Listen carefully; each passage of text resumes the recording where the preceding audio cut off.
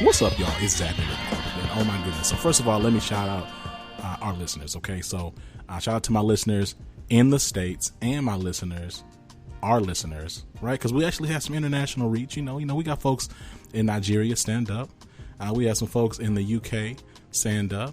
We have folks just all over that actually listen to Living Corporate. So really excited about that. And I bring this up now. I bring up our reach. I bring up our international listeners because of our guest today. Today we have with us James Roberts. So James Roberts is a public speaker, a motivator, a consultant, but many of the folks who know him by his athletic feats, as he is a Paralympian who participated as recently in the 2012 Olympics. So we have him with us today, and we're really excited that he's on the show. What's up, James? How you doing? I'm very well, Zach. How are you? Man, I'm doing really well. So first of all, again, excited we were able to finally link up. We've been trying to do this for like a year. You know what I'm saying? We finally got it done. Objective completed. Well, I think some things are worth waiting for. Come on now. No, I 100% agree with you. And I'm really excited to have you on the show. You know, we talk about non-white experiences on Living Corporate, right? And we talk about that from whatever it may be. So if you're non-white and first generation, if you're non-white and LGBTQ, if you're non-white and non-binary, like we talk about all types of non-majority experiences, and we've only really to date had one really talk about being non-white and disabled. And so I'm really just thankful that we were to make the time for you to be on the show today. So for those of us who don't know you, right, can you tell us a little bit about yourself? Well, if I start right at the beginning, Zach, my upbringing is even probably slightly different to even where I live now, being in the UK, because both my parents were in the armed forces. My father was in the US Air Force, and my mother worked for NATO, which is the North Atlantic Treaty Organization.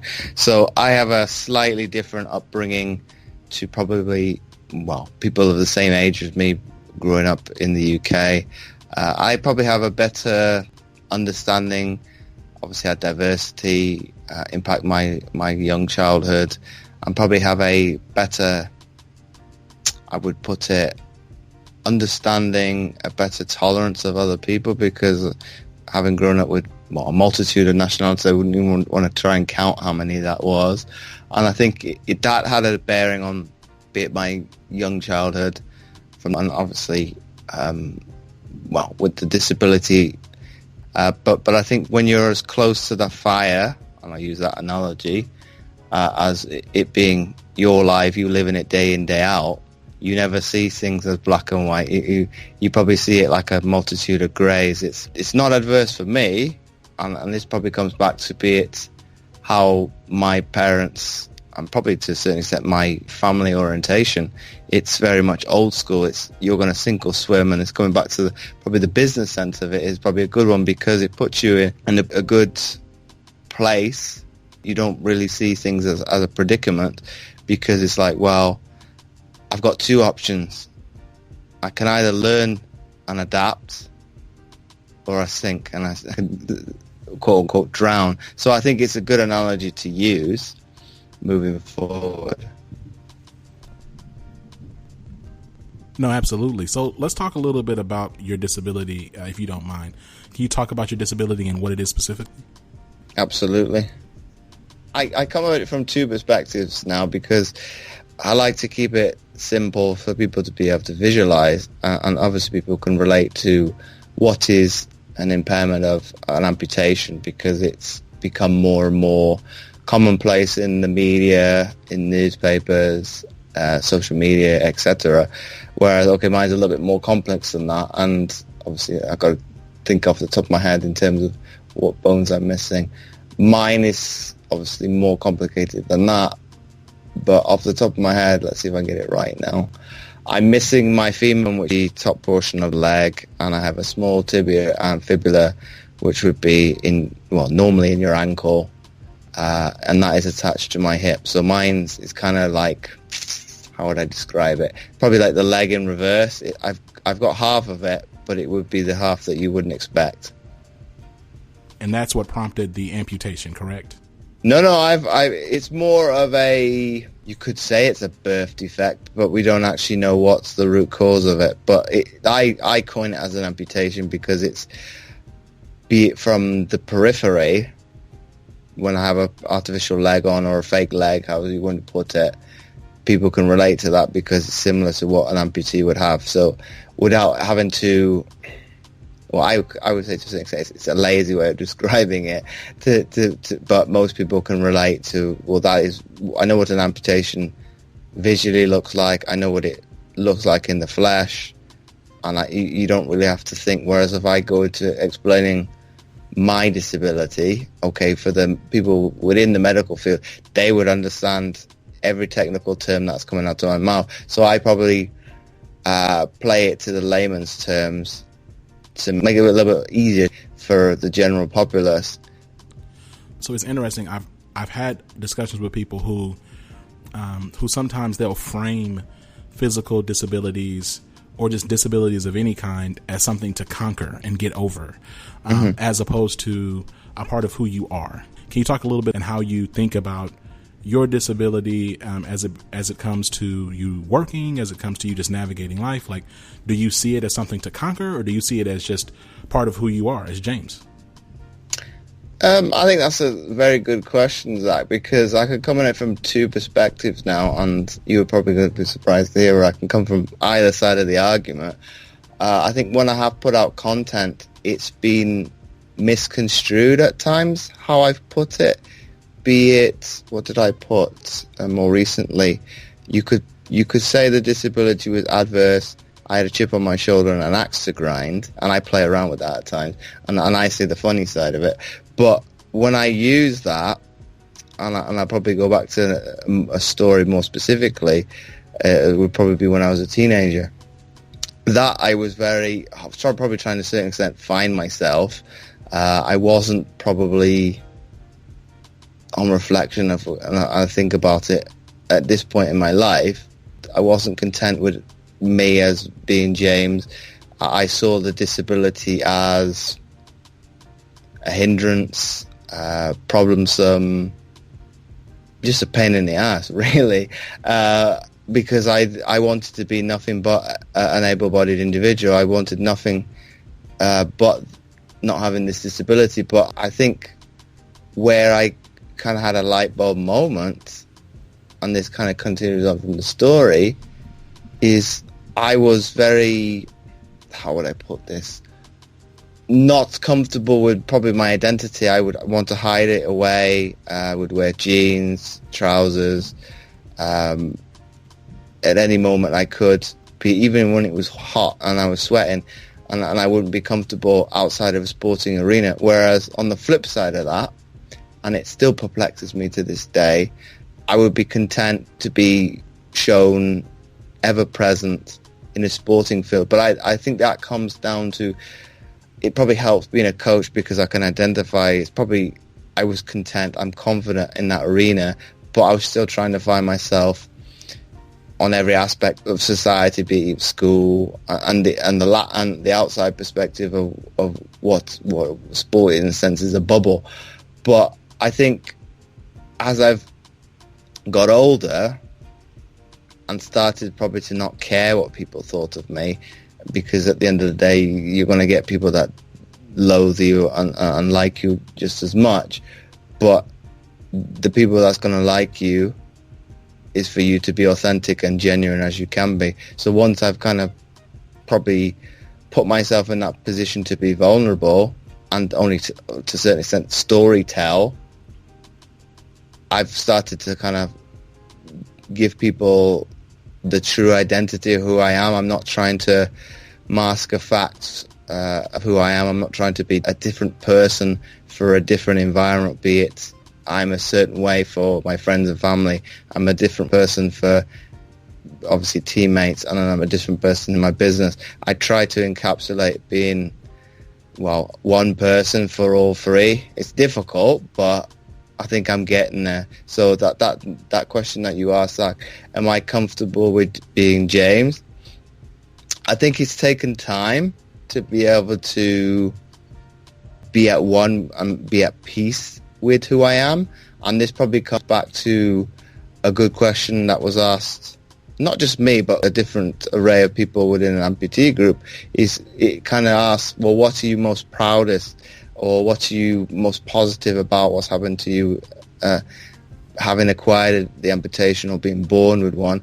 And I put, well, mine's slightly different, but if it hadn't been for the disability, well, obviously, as we're talking now, this would probably not have happened. My sporting career, for all sakes and purposes, probably wouldn't have happened, if I'm honest. Okay, it was an aspiration when I was a young kid to want to be an athlete, but once I turned a teenager, it's like, well, you wanting to either do soccer or play basketball is very unrealistic with having a disability. What path can you take to kind of go down another route and to probably progress that way? So from a sense of Paralympic sport, disability sport, it kind of fell in my lap from that perspective. So to be able to live to know in certain terms a lifelong dream that I had when I was younger was probably a godsend, I would put it as.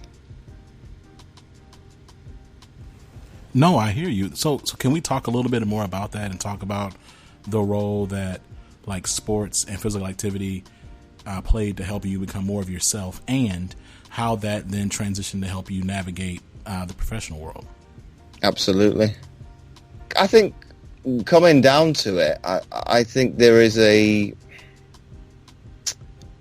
very much from what I've learned from sport, and I could probably take away from my younger self as well, is that, and what's transpired into business is obviously that's what I alluded to with the adversity, is looking at things from a different perspective, using a quote that's not really a quote, but somebody was saying to me not too long ago from the RNLI in the UK, I'll say as the Coast Guard, they kind of asked me, what do you do to survive in terms of if you got yourself in a spot of bother or in deep water, cold water kind of experience. And I'd seen the advertisement for it, so I knew exactly what they were talking about. So you look to obviously stop and try and relax, whereas I think you probably could take a precedent from that, and going back to what I was talking about of me being a young child and my family throwing me into the deep end. Obviously that's me, metaphorically speaking, doing exactly that. It's relaxing, it's taking everything on board and not succumbing to problems, difficulties, and to a certain extent becoming overwhelmed and kind of floundering. You start to panic kind of mentality because, I've never been put in this situation. What do I do? Do I kind of push against the current? And obviously you start doing that, you're going to be in a spot of bother. You're going to start panicking even more. You need to just relax and wait for things to come. Okay, from a business perspective, patience isn't always a virtue. It's very difficult because I think we've got into a mentality in the present world now where I'm not willing to wait for the result. I want it right now because we're in a society that is fast moving. If I don't get it now, I'm going to be behind my friend down the street, my good friends, and you feel that you're on the back foot from the off. Whereas I think if you had that mentality of be consistent and look at it from that perspective as you're in it for the long run as opposed to a sprint, and you start to leverage things that way, slowly but surely, I think you're going to be in a better position to be, I would call it, not success, because I was talking to Sean Harper the other day, and he was kind of telling me, well, do you want to be successful or do you want to win? And I think this is where the sporting people can find a commonality with winning, because obviously it's black and white. You're either on one side of the coin or you're not. You either win or you lose. Whereas I think success is to a certain extent manipulated. It's very much what society is dictating is success. Well, what is reality television telling you what it looks like?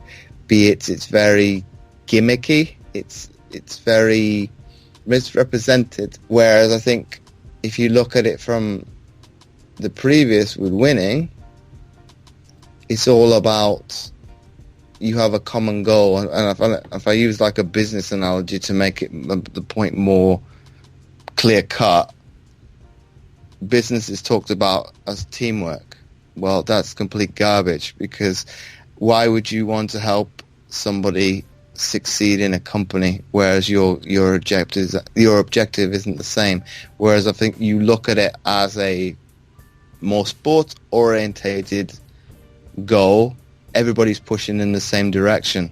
There you go. Now you have actual teamwork because everybody is striving to go in the same direction. Be it if we use American football, everybody's on the same page. They're all in it for, be it the Super Bowl, the national championship. Whereas if you kind of single out individuals in an actual organization, and I want you to do this, it's going to become very cutthroat. It's like, well, I don't have the organization's best intentions at heart. I want to do it for me. You get very fixated on yourself as opposed to the success of the organization. So can we talk a little bit about, challenges in being disabled while also being black? Like, have you seen any challenges that you've had to face that are unique to your identity compared to your white counterparts? Not really, but then that's probably glossing over the fact that there's going to be discrimination, prejudice. Anyway, I don't have the problem of be it other black individuals within even the UK, be it if they're of African descent, they're going to be stigmatized from the very get-go by just submitting a CV to an organization because their name per se doesn't fit. I have very much, if you don't see my color of my skin, just seeing some ink on a paper, you would assume that I'm possibly white. So that notion of stigmatization, prejudice, discrimination due to race, I don't think is possibly being put on my feet. The disability, on the other hand, possibly, but then that's me being speculative and reading between the lines with, be it not getting, being passed over for job interviews and things and whatnot. And that's the reason why I went into self-employment. It's like, well, if I'm not going to be able to join the rat race and have a 9-to-5 job, why don't I go and work for myself? And it is a brutal reality, as that's probably down to the fact that I'm disabled, but a lot of the jobs are being very much sport related and very much around development of sport. Well, who better than somebody that's been there and done it to be put in that role? So I think it's, without speaking to those individuals, it's quite difficult. You can learn how to operate a spreadsheet, making numbers tick over to conform to whatever you want to show to hierarchy, that obviously a program is working. We can learn that. I'm young enough to be able to put those steps in practice, but the other thing you can't learn. It's very much God-given. It's something I've had to work at and put countless hours in to be successful. But so it's to be passed over for that basis, it's very frustrating, because you're thinking, well, that's knowledge that I think, this is probably to a certain extent where I make my point very poignant, is I think, coming back to Sean Harper again, it's, I think, where the Western world views, well, I'll use the analogy of old people or the elderly and the older population as, once they hit retirement age, they're kind of worthless, whereas you could probably say, from argument's sake, you could probably put that to minorities, people with disabilities because they fall on the outliers of what is the majority. Well, if you're not productive enough, you're not worthy, or you're kind of to a certain extent worthless to the general populace. Whereas what he said with people be it the Far East and the Eastern philosophy, they look at it as reproduction. It's their way of giving knowledge back and kind of being, those people who've got wisdom. Whereas I think coming back to my point with me talking about being passed over for jobs because of disability, that's missing a trick, I think, from that basis of that's me being able to give the athletes that are willing to be able to put in the work and want to get to the next level, be it from a sporting perspective, or they can learn from, be it mistakes I've done. Well, this is what I did. This is what you shouldn't do, or you don't need to go have those pitfalls and actually have that adversity. You can learn from my mistakes and get that wisdom and kind of piggyback on my attributes and my accomplishments and be able to be a better athlete. Whereas I think where I'm going to come from with that, I think maybe organizations gloss over the fact of that. No, absolutely. So look, this has been a great conversation, and I appreciate you taking the time to hang out with us today. If you had any advice for those who are disabled, what advice would it be? I would say be authentic to yourself, because I think, be it probably even in the United States, it's probably more problematic. You don't conform to any, I'm going to say quote unquote box. You are being told you must conform and be to one box. But I think you need to be authentic to yourself. And once you're comfortable with that, I think you're obviously in a better place to be able to respect yourself. And it comes back to it. And I think anybody can take heedings from this as well. You can't please everybody. The only person really you need to be pleasing is yourself. No, absolutely. Thank y'all so much. This has been Zach on the Living Corporate Podcast. You've been listening to James Roberts, Paralympian, public speaker, coach. Listen, appreciate y'all. Please continue to listen to Living Corporate. We're on every streaming platform. Follow us on Living Corporate at livingcorp_pod, Instagram at Living Corporate. You can just email us at livingcorporatepodcast@gmail.com. If you have any questions you'd like to reach out to the show, hit us up right there, or check out the website at living-corporate.com. Please say the dash. Again, this has been Zach. Peace.